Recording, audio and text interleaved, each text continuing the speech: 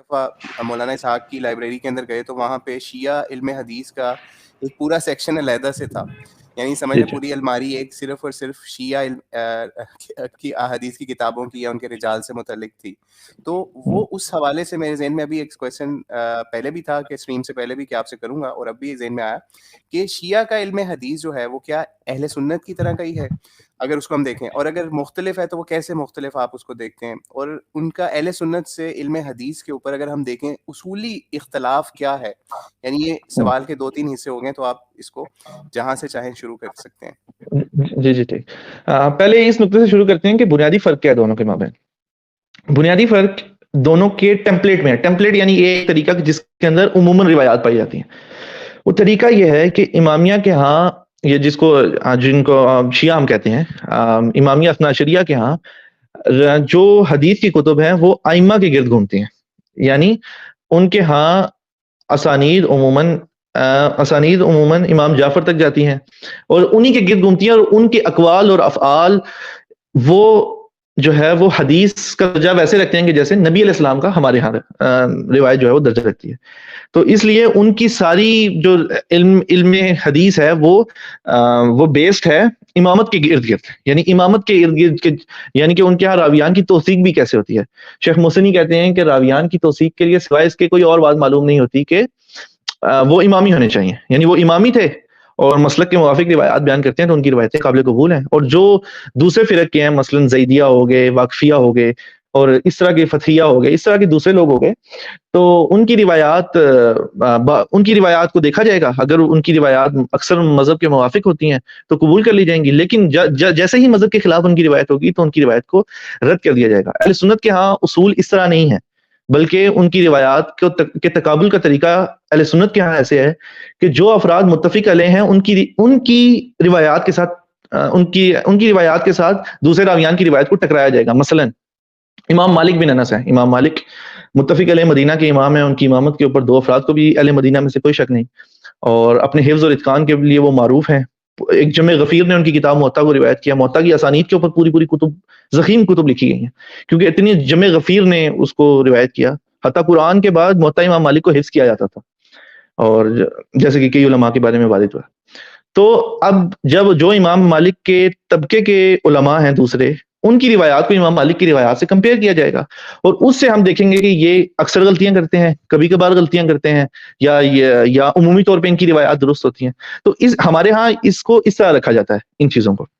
امام زہری ہو گئے جو کہ مدینہ میں علم حدیث کے تھم جن کو ہم بول سکتے ہیں. اسی طرح ہم عراق میں جاتے ہیں تو امام ابراہیم النخعی ہیں، اور پھر ان کے تلامذہ ہیں عبداللہ بن مسعود کے تلامذہ ہیں. تو اس طرح کر کے ہمارے ہاں جو ہے وہ اسانید عمومی طور پہ شہروں کی چلتی ہیں. مثلا مدینے کی اسانید ہوں گی تو مدینے میں عبداللہ بن عمر، ان کے بیٹے، ان کے غلام، اور یہ ان افراد کی روایات یہاں سے آئیں گی. کوفہ میں عبداللہ بن مسعود، سیدنا علی، ان کے شاگرد، وہ سب موجود ہوتے ہیں نسل در نسل. مثلا سیدنا عبداللہ بن مسعود کے شاگرد ہیں علقمہ، اسود. پھر اس کے بعد ان کے آگے شاگرد ہیں ابراہیم النخعی، وہ کوفہ کے بالاتفاق امام ہیں. پھر ان کے آگے تلامذہ ہیں جو حفاظ ہیں، جن کی عدالت جو ہے اور ان کا دین معروف ہے. برخلاف امامیہ کے کہ ان کے ہاں بہت سارے اختلافات پائے جاتے ہیں. مثلا راویان کے بارے میں اس طرح کی باتیں بھی موجود ہوتی ہیں کہ ایک راوی جس کا دعویٰ ہے کہ وہ 80,000 حدیثوں کا راوی ہے، لیکن امام خود کہتے ہیں کہ وہ میرے پاس زندگی میں 1 مرتبہ آیا. تو دوسرے کہتے ہیں کہ نہیں، یہ تقیہ تھا. مطلب اس طرح کی بہت ساری چیزیں ہیں. اور جو ان کے مؤلفین ہیں، یہ بات یاد ہونی چاہیے کہ ان کے مؤلفین کو شروع میں اتنا کوئی نہیں جانتا تھا. مطلب امامیہ ایک کلوز فرقہ تھا، بند فرقہ تھا، جس طرح کی ہماری کلوز کمیونٹیز ہوتی ہیں. اسماعیلیوں کو اندر سے کتنے لوگ جانتے ہیں؟ بہت تھوڑے لوگ. کیوں؟ کیونکہ وہ اوپن نہیں ہے لوگوں کے لیے، بے ضرر ہیں، اور وہ لوگوں کے سامنے کھلے ہوئے نہیں ہیں. اسی طرح امامیہ بھی بہت عرصہ بند رہے ہیں. ان کی کتب کی کسی کو معرفت نہیں تھی کہ وہ ان کے متعلق کچھ کلام کر سکتے یا کوئی اس طرح کی بات. حتیٰ امام ابن تیمیہ وغیرہ تک کے زمانے میں اتنی ان کو معلومات نہیں تھی کہ ان کی کتب میں کیا چیزیں موجود ہیں. پھر امام ذہبی وغیرہ کو بعض چیزیں معلوم ہوئی، لیکن وہ بھی اس طرح نہیں تھا کہ جس طرح آج ہمارے پاس کتابوں کی ایکسیس ہے. امامیہ نے بہت ریسنٹلی اپنے آپ کو کھولا ہے، تو اس لیے ان کی روایات کو محدثین جو ہے وہ اس زمانے میں نہیں پرکھ سکے. لیکن ابھی جب ہم ان کی روایات کو دیکھتے ہیں تو کثیر اختلاف پاتے ہیں. پھر ان کے اپنے علماء نے اس اختلاف کو رفع کیا. ہم کیوں نہیں مانتے؟ ان کے اپنے ہاں ایسی شہادتیں موجود ہیں کہ جو اطمینان کے لیے ناکافی ہیں. ایک یہ کہ وہ امت کی مین سٹریم سے ہٹے ہوئے بالکل لوگ تھے، یعنی کہ ایک امت کی عام مین سٹریم چل رہی ہے، اور یہ بالکل ایک سیکرٹ میں، ایک کہنا چاہیے ایک کلوزڈ کمیونٹی چل رہی ہے، جن کو کوئی بھی نہیں جانتا تھا، کوئی بھی نہیں سمجھتا تھا.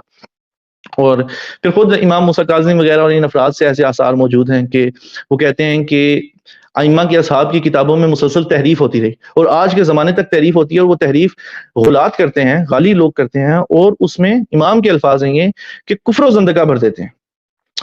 تو یعنی کہ اس طرح کے معاملات ہیں. تو اس لیے اہل تشیع کے اتنے مسائل ہیں کہ وہ قابل اعتبار نہیں رہ پاتے پھر. بہت شکریہ، بہت شکریہ. اچھا معاویہ بھائی، معاویہ بھائی ایک کمنٹ بھی میں اس پہ کرنا چاہوں گا ایک کسی حوالے سے، کہ ایک مرتبہ مجھے بھی کچھ کسی مسئلے کے اوپر ان شیعہ کا رجال دیکھنے کا کچھ ہوا، تو ان کی ایک کتاب کے اندر میں نے انس بن مالک خادم رسول جو ہیں، ٹھیک ہے، ان کو دیکھا، ان کو مجہول لکھا ہوا تھا.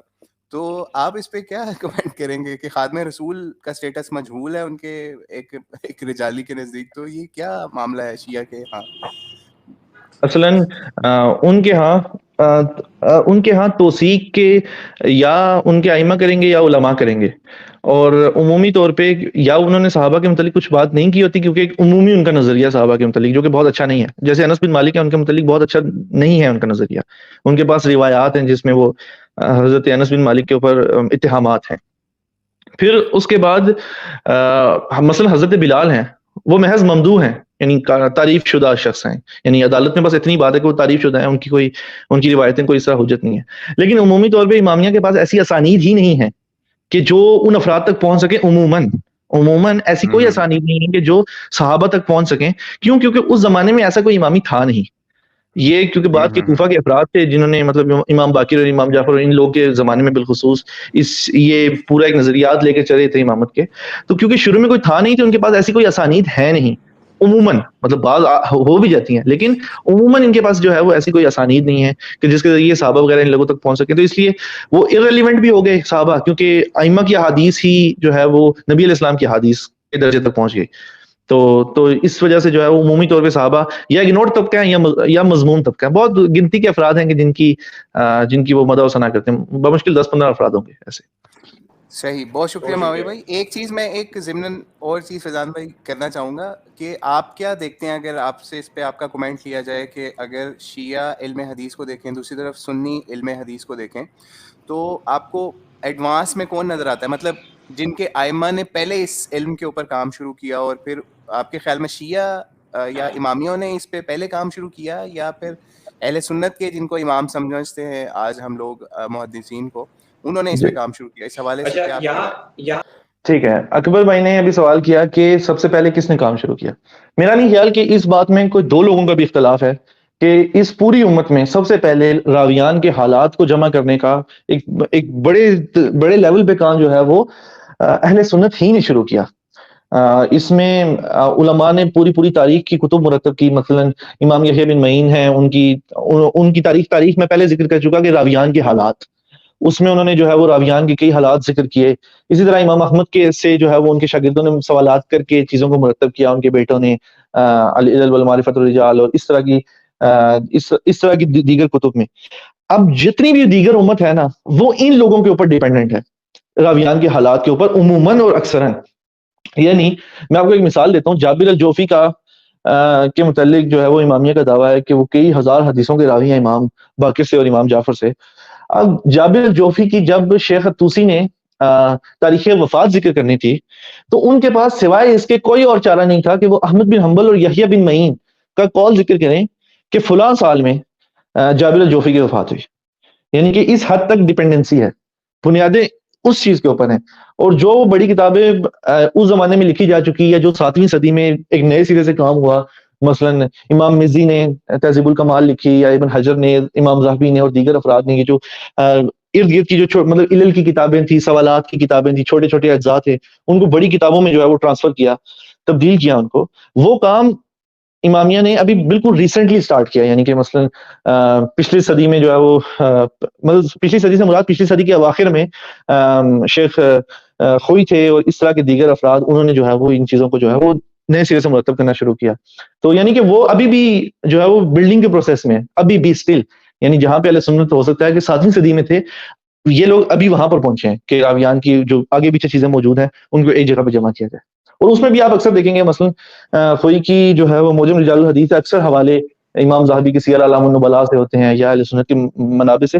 یہ نہیں کہ ان کے پاس اپنے منابع نہیں ہیں، موجود ہیں، لیکن وہ بعد کے بھی ہیں، اور وہ منابع اپنی اصل میں بھی ڈیپینڈنٹ ہیں رجالی طور پر اہل سنت کی کتب کے اوپر. یہ صرف رجال میں نہیں ہے، یہی معاملہ سیرت میں بھی ہے.